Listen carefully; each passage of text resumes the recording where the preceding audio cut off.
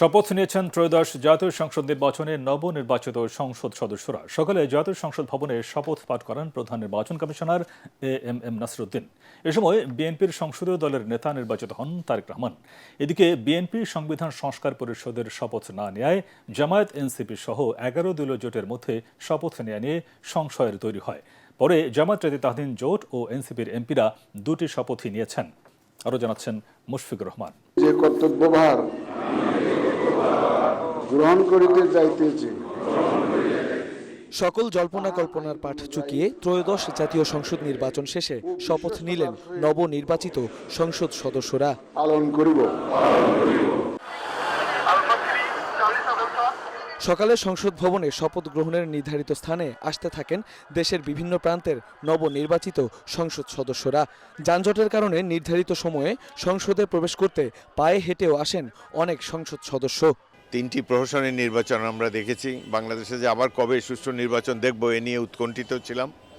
সেই তুলনায় দেশবাসীকে ধন্যবাদ জানাই, তারা আমার দলকে 2/3 সংখ্যাগরিষ্ঠতা দিয়েছে। জনগণ যে আশা আকাঙ্ক্ষা নিয়ে আমাদের নির্বাচিত করে তার প্রতিফলন ঘটানো দেওয়া কিন্তু আমাদের মূল উদ্দেশ্য।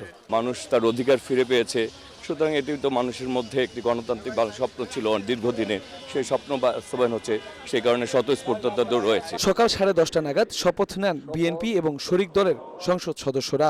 এ সময় সংসদীয় দলের নেতা নির্বাচিত হন বিএনপি চেয়ারম্যান তারেক রহমান। এদিকে দুপুর 12টার পর সংসদ ভবন এলাকায় প্রবেশ করেন জামাত এনসিপি সহ 11 দলীয় জোটের নির্বাচিত সংসদ সদস্যরা।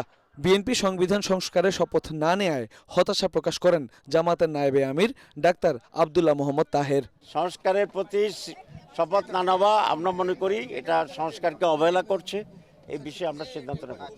এদিকে শপথ নিয়েছেন স্বতন্ত্র প্রার্থীরাও। দেশ গড়ায় নিরলস কাজ করার প্রতিশ্রুতি দেন তারা। শপথ পাঠকে ঘিরে সংসদ ভবন এবং এর আশপাশের এলাকা জুড়ে নেওয়া হয়েছে নিশ্ছিদ্র নিরাপত্তা ব্যবস্থা। বহুল আকাঙ্ক্ষিত ত্রয়োদশ জাতীয় সংসদ নির্বাচন শেষে শপথ নিলেন নবনির্বাচিত সংসদ সদস্যরা।